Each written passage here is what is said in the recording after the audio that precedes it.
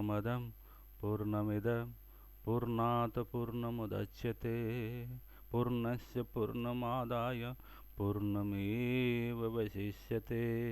ओम शांति शांति शांति। प्रियात्मन, आज हम इसी शांति मंत्र का ही अर्थ समझने की कोशिश करेंगे, तत्व समझने की कोशिश करेंगे। ये मंत्र ईशावास्य उपनिषद, जो कि यजुर्वेद की शुक्ल पक्ष की सबसे अंतिम और सबसे छोटा चैप्टर के रूप में है, और उसी का ये मंत्र है। ये मंत्र का अर्थ समझना सीधा सीधा सत्य को समझने के बराबर है, और उसको समझना तो इंटेलेक्ट का काम है, बट अनुभव करना, उसको अनुभव करने का तो जन्म जन्म लग जाती है। तो उसको हम 1 घंटे में या आधा घंटे में या 1 दिन में या 1 जन्म में समझना मुश्किल है, कठिन है। लेकिन जैसे सारे शब्द उसी सत्य की हैं, सारे वस्तुएं वहीं से उत्पन्न हुआ है, तो ऐसा ही शुरू तो कर सकते हैं। चाहे आप केदारनाथ जाना चाहते हैं, चाहे आप हरमंदिर साहब जाना चाहते हैं, चाहे आप मक्का मदीना जाना चाहते हैं, चाहे आप जीसस की समाधि तक जाना चाहते हैं, तो शुरुआत तो आप अपने घर के सामने की गली से ही करेंगे। हाँ, जाना चाहते हैं तब रास्ता मिलेगा, रास्ते से रास्ते कनेक्टेड है, रोड एक दूसरे से। नहीं जाना चाहें तो हम एक रास्ते से दूसरे रास्ते भटकते रहेंगे और गोल चक्कर काटते रहेंगे। तो ये श्लोक कहना क्या चाहता है? ये कहता है कि जो वो है, जो सत्य है, जो परम है, जो ईश्वर है, वो पूर्ण है अपने आप में, और उस पूर्ण से जो ये बना जगत, ये आप, ये मैं, ये सारे जीव, ये सारे पेड़ पौधे, सारे जीव जंतुएं, और सारे पहाड़, नदियाँ, ये धरती, ये सूरज, चांद, ये गैलेक्सियाँ, ये तारामंडल, ये सब चीज़ें, और इसके इतना बड़ा है, व्यापक है कि अभी भी हम हमारी गैलेक्सी की डिटेल नहीं जानते। तो इतने व्यापक सृष्टि बन जाने के बाद भी वो जो जहाँ से बना वो सत्ता, वो खाली नहीं हुआ। उस खाली तो छोड़ो, वो थोड़ा सा भी, जरा सा भी उसमें फर्क नहीं पड़ा, वो एज इट इज प्रेजेंट है। मतलब जो कंप्लीट है, ईश्वर है, सत्य है, वो पहले से भी पूर्ण था, और इस सारे सत्ता, सारे जगत बन जाने के बाद भी वो एज इट इज प्रेजेंट है। तो इस संदर्भ में के इंग्लिश कोट ये मैं कहना चाहूँगा, you are not a drop in the ocean, you are the entire ocean in a drop. आप समुंदर में रहे एक बूंद नहीं, आप पूरी समुंदर हो एक बूंद के अंदर। तो हमारी शास्त्रों में, वेद वेदांतों में ईश्वर को, सत्य को, जो परमानंद, एटर्नल ब्लिस और पूर्ण के रूप में बताया गया है, वही कहीं सारे निराकारवाद, अलेख धर्म और निराकारवाद, इवन इस्लाम में भी जो सत्य को जाने हैं, महावीर कहते हैं कि कोई ईश्वर नहीं है, बुद्ध कहते हैं कोई ईश्वर नहीं है, जो सत्य है वो शून्य है, खाली है।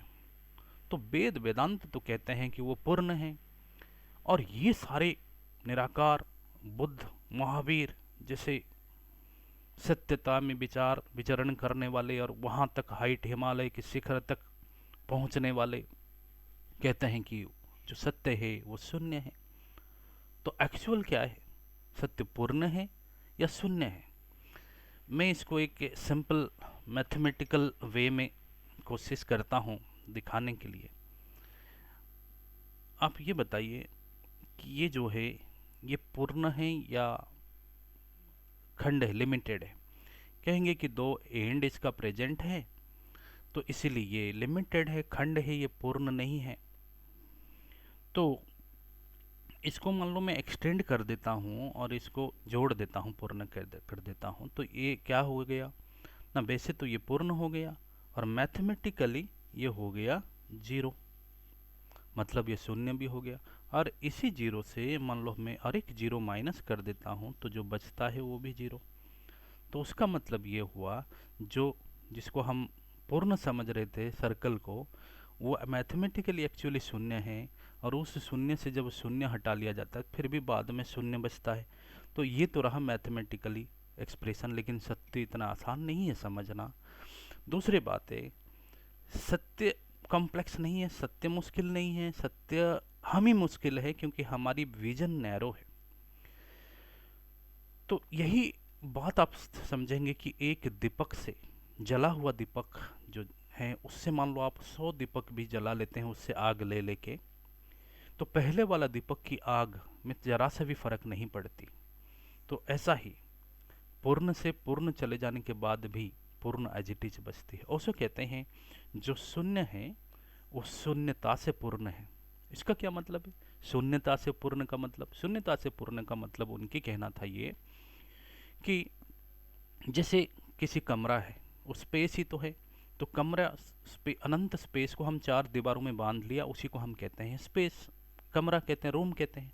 बट उस रूम में जब हम रहते हैं तो रूम को हम तरह तरह की साजो सामान में, एसी, सोफा, साजो सामान, सजावट की चीज़ों में, कुर्सी, बेड, इस सब में भर देते हैं, और हम उसी को कमरा मानते हैं। जब हम कमरा मानते हैं हम उसकी स्पेस को फिल नहीं करते, हम वहाँ रखे सामान के हिसाब से कमरे की जिसको कहते हैं वैल्यू समझते हैं। दूसरे की घर देखने, मकान देखने जाते हैं तब भी उनके घर में क्या क्या सामान रखा है वो देखते हैं। स्पेस उधर देखते भी, बरांडा, पार्क, गार्डन वगैरह, लेकिन उसको भी देखते हैं कि हम वहाँ पर क्या क्या सामान लगा सकते हैं, रख सकते हैं, उस लिहाजे से देखते हैं। तो इसका मतलब हम स्पेस नहीं देखते हैं, स्पेस को कभी देखते भी हैं तो वहाँ क्या रख सकते हैं उसी हिसाब से देखते हैं। अच्छा, एक कमरे में मान लो एक कुर्सी रख भी लिया जाए, तो वो कुर्सी थोड़ा सा जगह घेरता हुआ दिखता है, लेकिन आप समझते हैं कि वो जगह घेरने के बाद उस कमरे की स्पेस खत्म हो गया है, उस कुर्सी जितना जगह ले लिया वो ख़त्म हो गया है। वो ख़त्म नहीं हुआ है। जब भी आप कुर्सी हटा लेंगे तो जगह वैसे की वैसे रह आपको मिल जाएगी। प्लस वो रखा हुआ में भी, कुर्सी के अंदर भी सब आटम्स के बीच में भी इंटर आटम की स्पेस है, मॉलिक्यूल के बीच में मॉलिकुलर स्पेस है। आपको पता है हमारे शरीर के अंदर भी बहुत सारे, हार्ट के अंदर स्पेस है, लंग्स के अंदर स्पेस है, हर आटम्स के अंदर स्पेस है। तो स्पेस हर जगह प्रेजेंट है। बस फिजिक वस्तुएं कम हैं, स्पेस ज़्यादा है। मान लो हम कहते हैं कि ये एक कप है, एक डिब्बा है, तो इसके अंदर की जो स्पेस है, तो हम इसको एक जगह से, वो यहाँ पर इसका स्पेस का जगह ले रखा है, इसके अंदर की जो स्पेस है वो इसी जगह का स्पेस है। जब हम इसको यहाँ से यहाँ मूव करते हैं तो यहाँ जो स्पेस है वो कप ले नहीं गया अपने साथ, वो अपने यही जगह पर प्रेजेंट है, और ये अपने आगे ले गया है, वो आगे का स्पेस को ये एक्वायर कर लिया है। तो उसका मतलब यही है कि स्पेस कहीं जाता नहीं, वो कभी माइनस नहीं होता, वो कभी कम नहीं होता। अच्छा, फिजिकल स्पेस तो वस्तुओं से भरता हुआ दिखता है और वो कभी कुछ कुछ भरता भी है, लेकिन अंदर की जो हमारी मन की स्पेस है, जो जहाँ हमारी एक्चुअल जीवन चलती है, थिंकिंग थॉट चलती है, वो स्पेस जो है वो भी हम भरने की कोशिश करते हैं बाहर के सामान पे। कहते हैं हम बाहर की धन, मकान, गाड़ी, पोस्ट, पावर, इन सब से हम अंदर की चीज़ों को भरने की कोशिश करते हैं।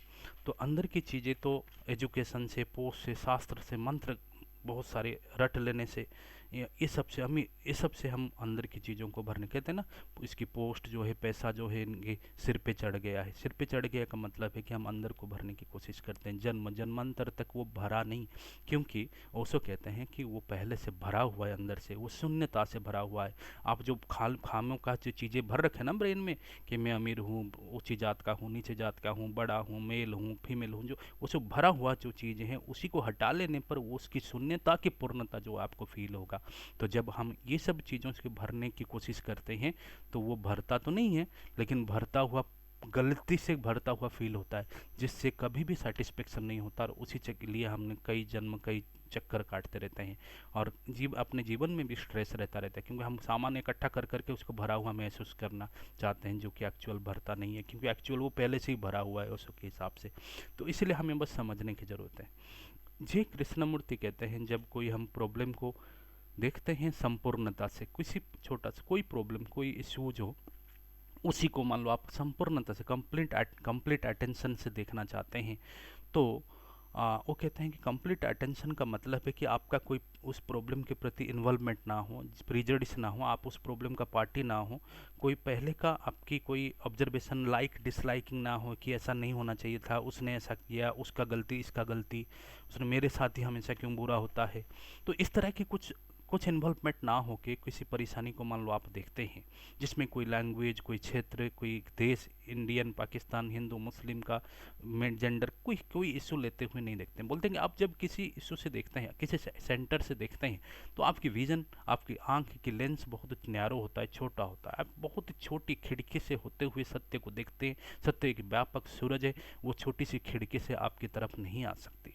तो इसलिए कहते हैं कि आपका कोई प्रिजुडिस छोड़ के मान लो आप उसको देखना चाहते हैं, जैसे एक नन्हा बच्चा आपकी गोद में बैठकर कोई कहानी कह रहा है, आप उस कहानी को सुन रहे हैं। ऐसे जब आप प्रॉब्लम को सुनना चाहते हैं तो प्रॉब्लम पूरी फ्लोरिश करता है, एक फूल की तरह खिलता है, उनके कहना है। और वो पूरी की पूरी जब पूरी खिलता है और खिलने के बाद वो पूरी की पूरी डाउन हो जाते हैं और फिर जीरो हो जाता है और नष्ट हो जाता है। मतलब प्रॉब्लम पूरी व्यापक होता है, पूर्णता में आता है और पूर्णता से फिर वापस शून्यता में चला जाता है। मतलब आपको फिर लगेगा कि वो प्रॉब्लम है ही नहीं, प्रॉब्लम था ही नहीं, मुझे लग रहा था प्रॉब्लम, क्योंकि मैं नैरो था। तो जब व्यापकता से देखेंगे तो वो प्रॉब्लम आपको नज़र नहीं आएगी। तो इसका मतलब यही है कि वो कहते हैं कि जब कंप्लीट ऑब्जर्वेशन आप करेंगे किसी प्रॉब्लम का, आपको लगेगा एक प्रॉब्लम नहीं है, वो ऐसा ही था, मैंने समझने में गलती किया था, ऐसा होना था, ऐसा ही चल रहा है चीज़ें। तो आपको उसके सारे पहलुओं की, सारे डायमेंशन समझ आ जाएगी। जब आप खुद को इन्वॉल्व करेंगे तो आपको एक नैरो चीज़ दिखाई देगी। कहते हैं कि हम नॉर्मल ऑब्जर्वेशन में भी जब हम जाते हैं, तो नॉर्मल ऑब्जर्वेशन जब हम करते हैं किसी चीज़ को, तो हम एक दो किसी सेंस ऑर्गन से सारा चीज़ें उससे सेंसिटाइज हो जाते हैं। मतलब हम किसी दूसरे जेंडर को देखते हैं तो हमारी आंख देखा तो आंख से ही सारा काम हो गया, उसने इमेज बना लिया, सेंसिटाइज सेंसेशन आ गया, फिर इमेज बन गया कि और उस चीज़ को पाने की कोशिश करने लगा। दोस्त की गाड़ी देख लिया, चमकता हुआ, तो फिर सेंसेशन आ गई।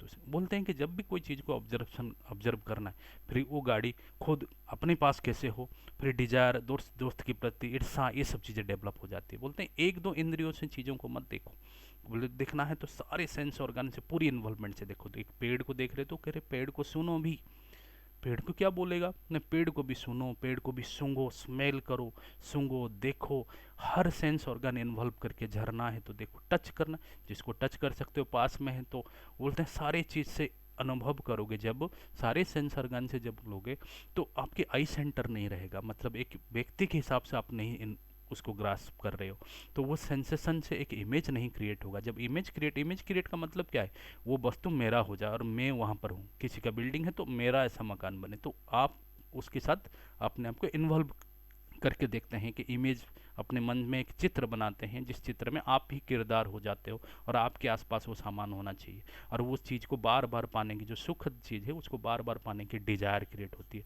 और उसी डिजायर से दुख उत्पन्न होती है। तो कहते हैं कि जब साफ कंप्लीट ऑब्जर्वेशन होगी तो आपके आई सेंटर से, आपके नैरो विजन से नहीं होगी, तो इसलिए प्रॉब्लम्स नहीं रहेगी। यही था इसका मतलब। ये कृष्णमूर्ति का भी यही कहना है कि जब पूर्णता में ही शून्यता आएगी, पूर्णता में ही आप वहीं पहुंच जाओगे जहां महावीर और बुद्ध और बाकी लोग पहुंचे हैं। बस वो इधर से पहुंचे हैं और इधर से पहुंचे, पहुंचने की जगह एक है, बस दोनों एक दूसरे को पीट करके चले हैं। एक पूर्णता को पाने के लिए वेद वेदांत चले हैं और एक शून्यता को पाने के लिए चले हैं। दोनों जब मिलेंगे सर्कल के एंड में, दोनों एक ही जगह मिलेंगे, एक ही सत्य के साथ मिलेंगे। और यही था आज की। और व्यस्तता में रहते हैं, मैं नॉर्मल फैमिली मैन हूँ तो समय बीत जाता है, तो इसलिए आज बस छोटा सा, तो इतने में नहीं हो सकता है। मंत्र का चर्चा बहुत सारे व्यापक है, तो आप लोग बाकी चीज़ को भी देख सकते हैं। आगे हम वही चैप्टर जो चल रहा था उसी का ही हम आगे आगे बढ़ाएंगे, जो जी कृष्णमूर्ति जी का जो चैप्टर चल रहा था। इतना मैं रहता हूँ, आशा करता हूँ आप लोगों को सही लगा होगा। ओम शांति शांति शांति।